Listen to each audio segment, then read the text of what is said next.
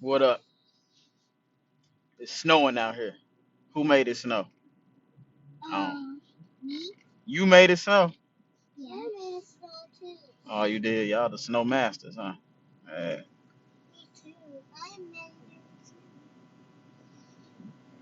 right. So today we're gonna talk about guilt and worry. You have a thing called guilt where you feel guilty, and you have a thing that's called worry. And I'm not gonna show. I'm gonna talk about how guilt and worry are they're the terriblest things that you could possibly have in your subconscious. Let's start off with your using your imagination here. Make a line in your head. On the left side of the line, there's guilt. On the right side of the line, there's worry. And then you have a line in the middle, which is the present, where you at right now.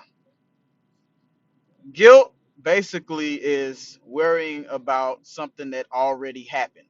So you're wasting up your present moment worrying about some stuff that happened a long time ago, which we already know by now is a waste of time.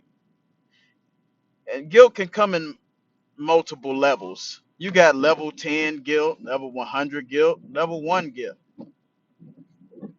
You can allow somebody to come in your life and guilt trip you, where you're sitting here wasting your whole life. Some of y'all are at this stage too, where you wasted 5, 10 years guilty about some stuff that happened a long time ago. A lot of men are guilty of cheating on their women or having a baby around their women, and women are too, and they'll just hold on to that forever, especially if you stay in the relationship with the person. They'll use the guilt as some type of leverage, some type of negative psychological leverage to keep you stuck in your present moment being guilty. And it really, what it does to your brain, it releases these chemicals that really deteriorate you and ultimately kill your drive in the present moment. It'll kill your present moment drive. So what I would suggest about guiltiness is whatever you're guilty about, and you know what you're guilty about, and especially if you were in a relationship where your partner is guilting you, they have power over you. That's another thing we need to talk about. Guilt. If you allow another person to come in your life and guilt you, they have power over you. You are giving them a double-edged sword, and it's right there at your neck, and they have the ability to slice your neck at any time. You got to understand what that's doing to your present time. You got to remember you have space in your life. You got 24 hours in a day, in your present day, and you're spending so much time using energy from the past that doesn't exist no more. And you got this person in your life that's guilting you, or you have a you have a guilt that it probably ain't even a person. It's just something that you're these lousy questions in your mind about guilt, about the past, and it's really affecting your future to a point where you can't move. You're immobilized. The word immobilized means you're not mobile. You can't move. You can't think. Your thinking is not straight because you're so guilty of the past, and it doesn't make sense. You have to get rid of the guilt. Another form of guiltiness could be when you were growing up, your parents, the way your parents could have guilted you into doing stuff. For an example, if you had a parent that was like, hey Bob, take out the trash. And you was like, okay, I'll get it in a minute. And then their response is, well, somebody got to take out the trash. Oh, this trash is gonna sit here, and blase, blase. I do all the work around here. When they start doing that, that's their way of guilting you. And we think in pictures, we think in patterns too. And if you had parents like that, and that's the elementary. I could have yelled that, gave you a whooping while guilt tripping you. And this thing is programming. This guilt from this parent is programmed you. Now you an adult, and all you can think about in your present moment is flashes And they can be subtle, meaning underneath the line of conscious flashes that are going on in your mind as days go on of these guilts. And it'll cause you not to be successful. You'll start being guilty to be rich. You'll start being guilty to be in a good relationship. You'll just start self-sabotaging yourself, and it's based off your parents' way of guilting you into doing stuff. If you had parents like that, I'm telling you guys, you have to seek help. You can't live like that. You can't live with guilt. Guilt will, some of y'all probably don't even realize that you've had guiltiness in your life. Sometimes you got to sit down and go into meditation and listen. Let the ego, let the ego go and let your soul talk. Sometimes it will reveal to you the feelings that you feel on a daily basis when you're alone. Because when you're alone, your spirit tries to talk to you, but the ego is in the way. And you have these eternal issues going on in your central nervous system. And you're like, man, I'm tired. Like your brain can make you tired. Your brain can slow down your metabolism. Your brain can do whatever it wants to based off the thoughts of the past. So that's enough on guilt. The moral of guilt is you want to find out what guiltiness that you have and you assess the problem. You know, get coaching, go to a therapist, whatever you got to do, but you want to get guilt out of your life because some of you guys are not going to be successful until you make and create space to be successful. And inside of your space is guilt and all this other little rhetoric stuff that you learned over the years. Now, worrying is when you're concerned about the future based off of sometimes the past, sometimes the present. I say worrying is not good either. These are a waste of emotions. They cause your brain to give off different chemicals and ultimately immobilize you. Look up the word immobilize if you don't understand. My definition is in the present moment you can't move. In the present moment you can't cross the street because you try to cross the street, a program hits your head. Remember you crossed the street at 3 years old and you almost hit yourself, and now you can't cross the street. You're in this present moment and you're thinking about, you're worrying about the future in your present. The future's not here. You have all the tools and the mechanisms to make your future whatever you want it. If you want to be a millionaire, you know what you could do right now? You can start coming up with millionaire thoughts in your head. Start reasoning with yourself how to be a millionaire. You got all the tools in your brain to make your future the best future it can possibly be.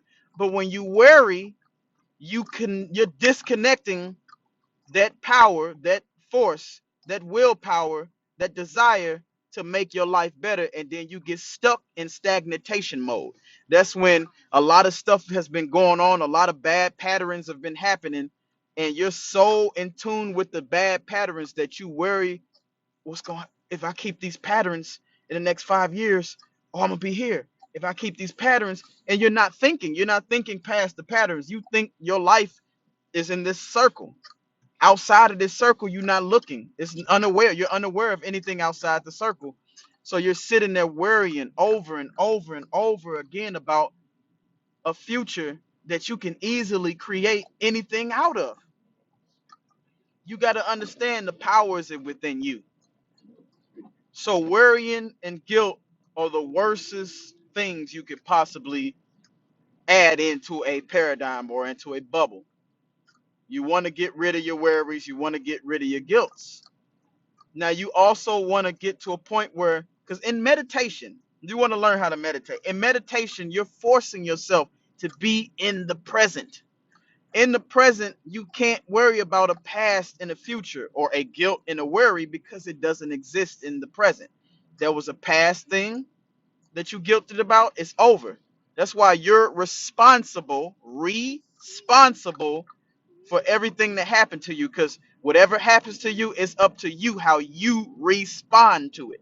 So you have to respond to it in a manner where it doesn't linger into the present time. Does it make sense? Okay. Like I think I said it on the video. I said it on the video. Responsibility is a really good thing. When you take details, if you take details from your life and you take responsibility for every little detail and hold yourself accountable for every little thing you do, what you do is you set up a system where you take control over your life instead of the paradigm that's rolling. Some of your paradigms, and like I said, a paradigm's a multitude of habits that are fixed in your subconscious mind. Some of your paradigms you can get rid of in a couple of seconds. All you gotta do is question them. Some of them are so ridiculous, if you question them and start thinking, you'll be like, oh man, why did I think like that? And keep in mind, some bubbles, some paradigm bubbles, when you get out of that realm of that bubble, you might be in a larger scale of bubble. You know what I'm saying? So like you have family triggers. You got you got all of the things that you do as a family, like your mom, your father, your sister, your brother. You know, you're aware. You just don't think about it. You're aware of the triggers that come in within a family. When I say triggers, all the behavior issues that you got from mommy and daddy that lingered on to the brother and sister. You're totally aware of that because that's all you knew growing up. Those are paradigms, and for the most part, especially in the so-called black community, we got a lot of worry and guilt paradigms. That's why we don't get nowhere. We're stuck at a standstill since the 70s sometimes when I go back and study. But, at the end of the day, as an individual, you got to look in the mirror. You got to look in the mirror. I say it again. You got to look in the mirror and you got to make the change. You can't worry about him making a change or her making a change. Michael Jackson said, you got to make the change. He looked at the man in the mirror. So the only way to make your world a better place is to look in the mirror. So, for an example, and now after this, I'm going to say this and I'm going to end the video. If I grew up in Southern Chicago and I have a paradigm about Southern Chicago and I go and move to Seattle, I'm moving with Seattle with a Southern Chicago paradigm. So whatever results I got in Southern Chicago, I'm gonna get them same results in Seattle. So let's get this notion. Yeah, I understand when you say, "Oh, this town has better demographics. This town has better jobs." Blase, blase, blase. I understand that. But what you got to keep in mind is your paradigms go exactly where you go. If you're homeless in Seattle and you move to Chicago, for the most part, whatever paradigm you have on homelessness follows you. If you're a lazy bum and can't find a job and you go to Texas, you're taking the lazy bum paradigm with you unless you eliminate it. So it doesn't matter where you're at in America. Stop looking at the outside world and look at your inside world. You have to change. You got to be the one that wakes up at 8, 7 o'clock in the morning and get out there with a suit on or whatever you want to do and get your 9 to 5 game up. It's you that got to go out there and stop being lazy and get your life together. It's you. It ain't the outside world. The economy is going to go up and down for the rest of your life. You got to change. It doesn't matter who's in the president's office. It doesn't matter who's in the local office, the secretary, blase, blase. It doesn't matter what your outside world looks like. What matters is how your inside world looks like. Do you have the habits to be a successful person? Do you have the habits to make enough money to pay your bills? Do you have the habits to sustain a family? If you don't have them, stop looking at the outside world. Stop looking at, oh, this girl, oh, I married her and she ain't doing nothing. You, root word was you married her. You made the mistake. Start getting and looking at yourself and holding yourself accountable for the stuff that goes on in your life. I'm telling you, self-reflection is going to hurt at first. It's going to be challenging, but you have to get past the hurdle. You have to. You need to get a proper appraisal by somebody. Somebody needs to look at you, go to somebody and be like, hey, or especially you better yet, you could go to your mother. Go to your mom and be like, hey mom, what's my strengths? What's my weaknesses? If she's a good mother, she'll tell you. Don't get angry at her. Take it as a way to self-actualize yourself, and you'll be good. My name's Curtis Hill. I'm signing out. Peace.